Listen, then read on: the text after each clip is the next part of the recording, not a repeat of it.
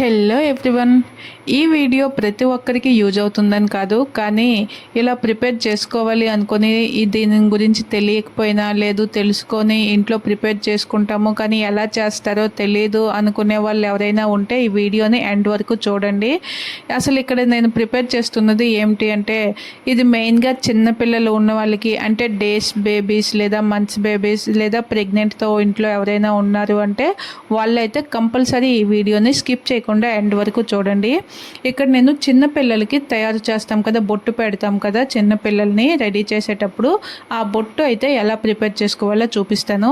ఇక్కడైతే మా అమ్మ అయితే ఈ బొట్టుని ప్రిపేర్ చేస్తున్నారు. మా చెల్లి డెలివరీకి రెడీగా ఉన్నదనేసి మొన్న మా అమ్మ వచ్చిందనేసి అయితే నేను షేర్ చేశాను కదా, అలాగే మా చెల్లి అయితే చక్కగా డెలివరీ అయితే అయిపోయింది. ఒక బేబీ గర్ల్, ఒక చిన్న పాపం, చిన్ని మహాలక్ష్మి అయితే మా ఇంటికి వచ్చింది. తనకి ఇప్పుడు 11 days అయిపోయాయి. స్నానం అది చేయించేశారు కదా. ఇప్పుడు పాపని రెడీ చేయడానికి బొట్టు అనేది ప్రిపేర్ చేసుకోవాలి. నార్మల్గా ఇందులో ఇక్కడ చూసారు కదా, బియ్యము అలాగే సగ్గు బియ్యాన్ని ఈక్వల్ క్వాంటిటీలో తీసుకున్నాము. ఆ బియ్యాన్ని ఇక్కడ మేము బ్లాక్ కలర్లో ఉన్నాయి, అబ్జర్వ్ చేసినట్టయితే చూడండి. అవి బ్లాక్ రైస్ అనమాట. అంటే ఆ రైస్తో బొట్టుని ప్రిపేర్ చేస్తే చిన్నపిల్లలకి ఎటువంటి దిష్టి తగలకుండా వాళ్ళు చక్కగా హెల్తీగా ఉంటారు అని చెప్పేసి ఆ బ్లాక్ రైస్ని మా అమ్మ తీసుకొని వచ్చారు. వాటిని యూజ్ చేసి ఇక్కడ బొట్టు అయితే ప్రిపేర్ చేస్తున్నాం. ఇది చాలా ఈజీ మెథడ్, ఎవరైనా కూడా బాగా అంటే ఇంట్లోనే నార్మల్గా చేసుకోవచ్చు. అంటే వీటిని పౌడర్ చేయడం లేదా నూరటం, దంచడం అనే రకరకాల ప్రాసెస్లు అయితే ఉంటాయి, కానీ అవేమీ లేకుండా సింపుల్గా స్టవ్ పైన బొట్టుని ఎలా ప్రిపేర్ చేసుకోవాలో చూపిస్తాను. ముందు మీరు చూసినట్టయితే మనం బొట్టు ప్రిపేర్ చేసుకోవడానికి ఏదైనా ఒక కొంచెం అడుగు మందంగా ఉండే గిన్నె అయితే తీసుకోవాలి. దాంట్లో ఈక్వల్ క్వాంటిటీలో రైసు అలాగే సగ్గు బియ్యాన్ని తీసుకొని వాటిని బాగా మాడుగా అయిపోయే వరకు బాగా వేయించాలన్నమాట. ఒట్టి డ్రై రోస్టే చేసుకోవాలి. అవి వేగాయి అనడానికి అలా మాడుతున్నంతసేపు మనకి చాలా ఎక్కువ పొగ అనేది వస్తుంది. ఆ పొగ ఎప్పుడైతే రావడం బంద్ అయిపోతుందో అవి మనకి బాగా అంటే పోయిన స్టేజ్కి వచ్చేయాలన్నమాట. మాడిపోయాయి అని అర్థం అనమాట. అప్పుడు మనం తీసుకున్న 2 కప్పుల, 1 కప్పు బియ్యం, 1 కప్పు సగ్గు బియ్యం తీసుకున్నాం కదా, అంటే టోటల్ 2 కప్పులు కదా. ఆ 2 కప్పులకి 2 కప్పుల వాటర్ అయితే వేసుకొని వాటిని అలా మీడియం ఫ్లేమ్లో ఒక 10 to 15 minutes పాటు అలా కుక్ చేయాలన్నమాట.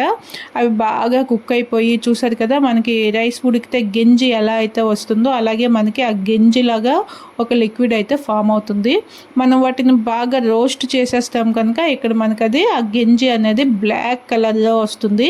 అది బాగా చిక్కగా అయ్యే వరకు వీటిని మాత్రం ఈ వాటర్ వేసిన తర్వాత అది దగ్గరికి అయిపోతుంది కదా, అప్పుడు దానిని అలా మీడియం ఫ్లేమ్లో చిక్కగా అయ్యే వరకు కొంచెం దగ్గర ఉండి కలుపుకుంటూ ప్రిపేర్ చేసుకోవాలన్నమాట.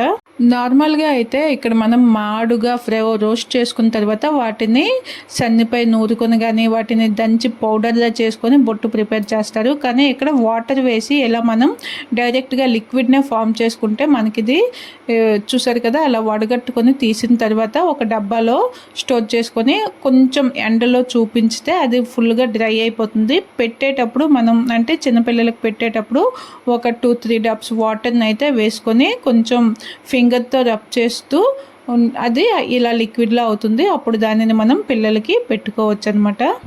ఇప్పుడు దాన్ని కూడా మీకు చూపిస్తానమాట. అంటే 2 days మనం ఎండలో పెట్టుకుంటే అది ఎలా తయారవుతుందో చూస్తున్నారు కదా. ఇలా ఒక బౌల్లోకి వేసుకున్న తర్వాత ఇది ఒక 2 days లైట్, మరీ హెవీ ఎండ అవసరం లేదు, కొంచెం నార్మల్ ఎండలో పెట్టుకుంటే మనకు అది హార్డ్గా అయిపోతుంది.